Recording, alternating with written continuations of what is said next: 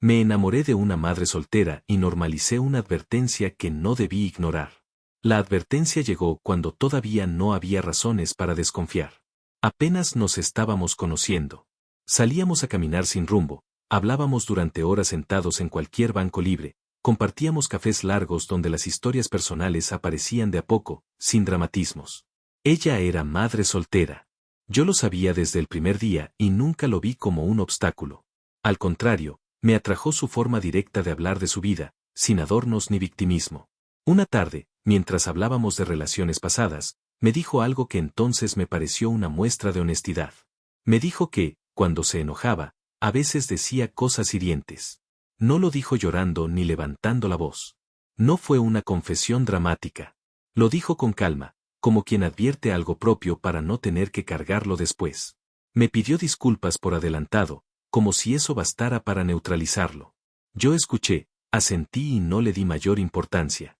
Pensé que todos tenemos formas imperfectas de reaccionar cuando algo nos duele. No lo interpreté como una señal de peligro, sino como una muestra de franqueza temprana. En ese momento estaba más concentrado en lo bien que se sentía conectar con alguien que ya había vivido, que no partía de cero, que traía consigo una historia real. Lucas tenía casi 7 años cuando lo conocí.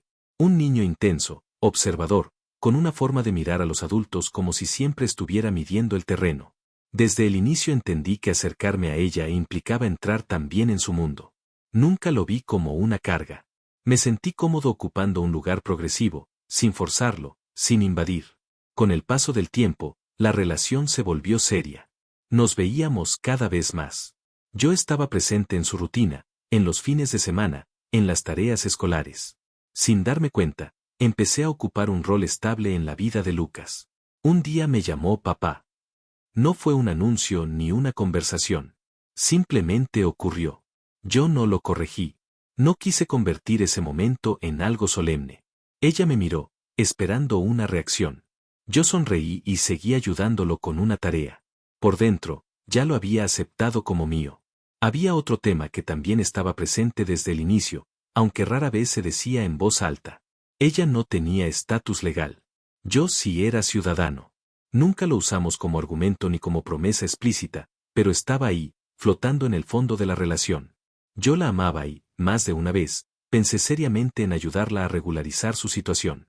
No por presión ni por obligación, sino porque en mi cabeza ya la veía como familia. Nuestra relación avanzó rápido, como suelen hacerlo las cosas que parecen correctas al principio. Nos mudamos juntos. Poco después nació Mateo. Un niño tranquilo, observador, que parecía más atento al mundo que a exigirlo. Me gustaba llegar del trabajo y encontrarlo siguiendo los pasos de Lucas, imitándolo en todo, buscando su atención. Yo veía esa escena y pensaba que, a pesar de todo, estábamos construyendo algo sólido. Las primeras grietas no llegaron en forma de peleas ni de gritos. Llegaron como cambios sutiles. Cada vez que ella iba a visitar a su familia, volvía distinta. Más tensa. Más desconfiada. Empezaba a hacer preguntas que no eran realmente preguntas, sino reproches envueltos en preocupación. Siempre había una sospecha nueva, sembrada por alguien que no estaba presente, pero que claramente tenía influencia. Yo intentaba no discutir. Pensaba que era estrés, cansancio, miedo. Me decía que no podía juzgarla sin entender de dónde venía todo eso. Una noche, sin buscarlo, vi una aplicación de citas en su teléfono. No estaba abierta. No había notificaciones recientes. Cuando se lo mencioné, no se alteró. Dijo que estaba ahí desde antes de conocerme, que nunca la había borrado. Discutimos, pero no fue una pelea grande. Yo elegí creerle. No porque fuera ingenuo, sino porque ya estaba emocionalmente invertido en la idea de nosotros. Los problemas reales comenzaron con algo que al principio quise minimizar. Un moretón pequeño en el brazo de Mateo. Luego otro. Arañazos que no cuadraban con caídas normales. Cuando preguntaba, ella decía que no sabía, que tal vez había sido jugando.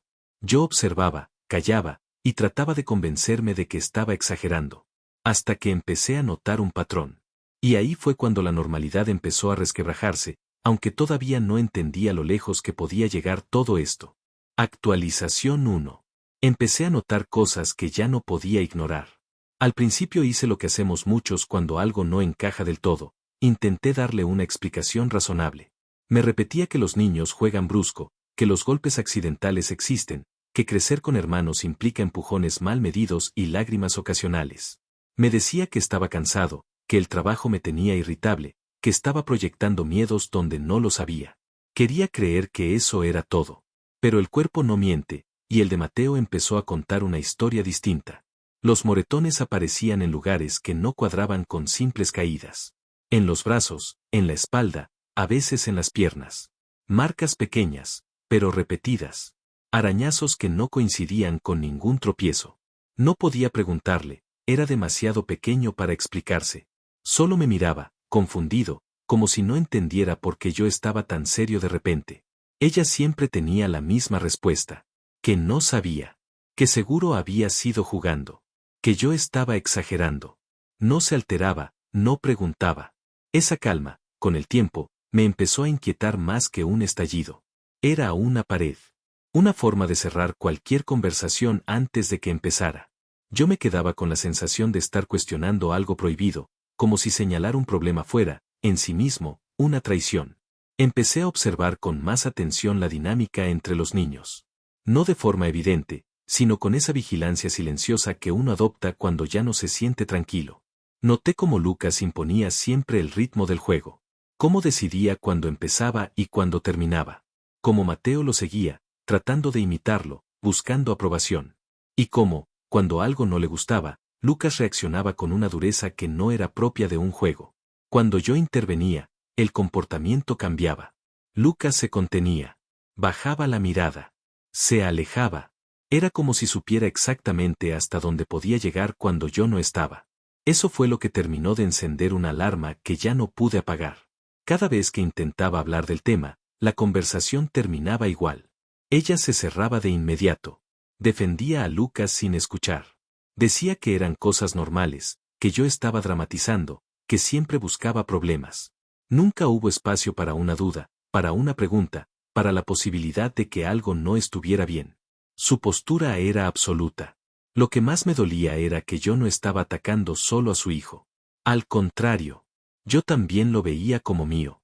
Lo había llevado a la escuela, le había preparado desayunos, le había leído cuentos antes de dormir.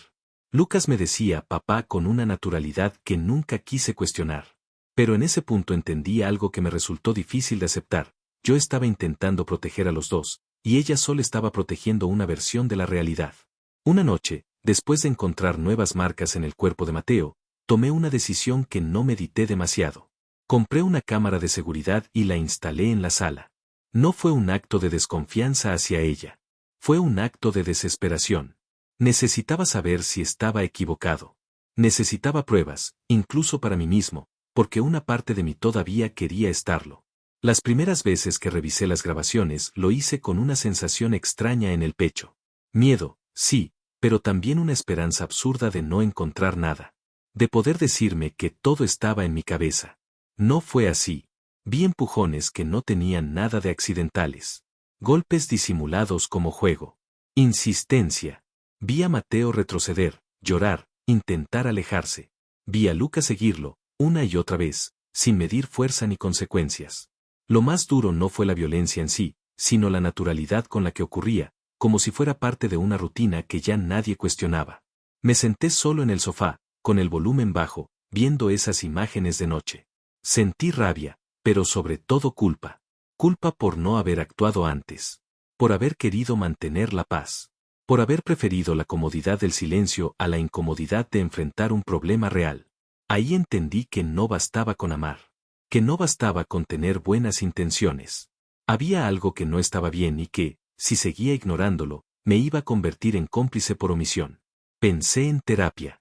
En ayuda profesional. En buscar una forma de abordar el problema sin romperlo todo. Quería creer que todavía había una salida que no implicara destruir a una familia. Pero también supe, con una claridad incómoda, que la conversación que tenía pendiente con ella no iba a ser fácil.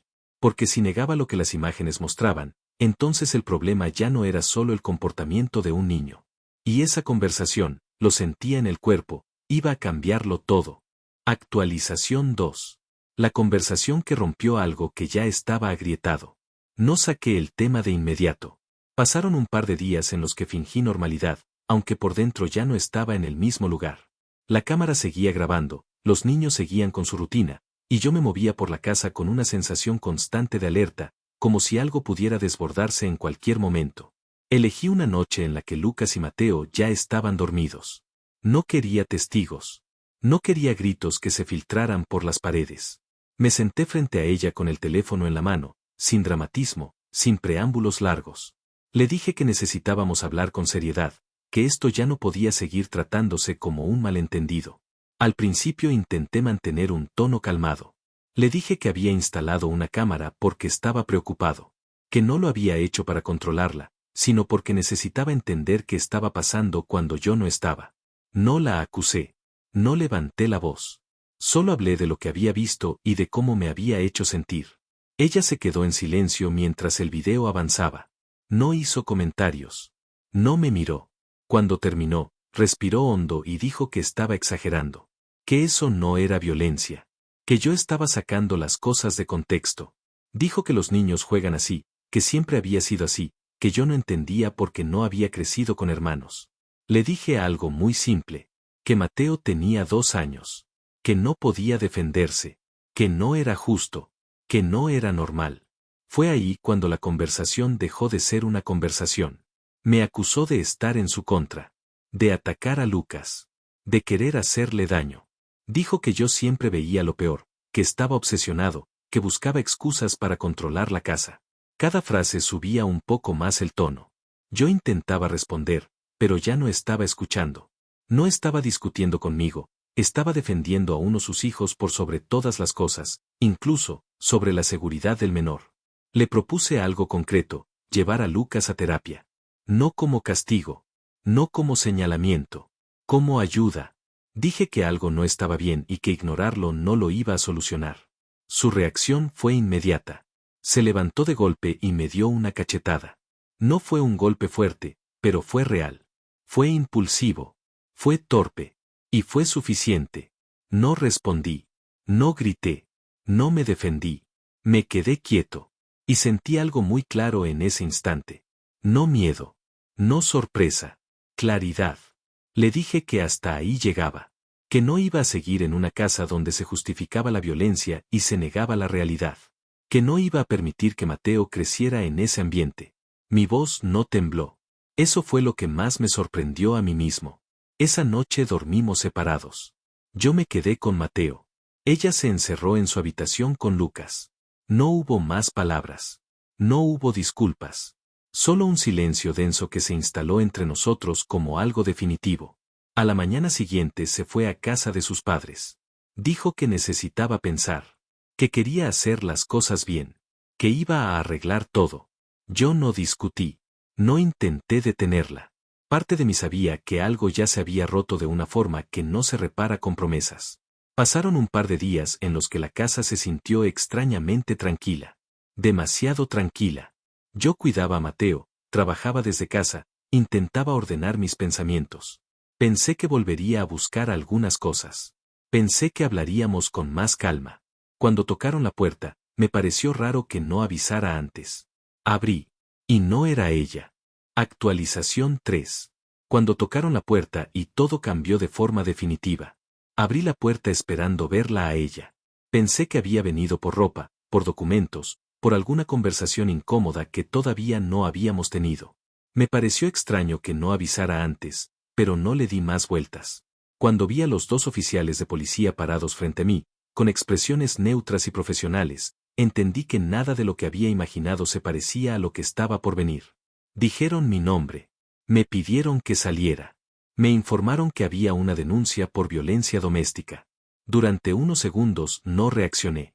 No porque no entendiera las palabras, sino porque mi mente estaba intentando acomodarlas en una realidad que ya no reconocía.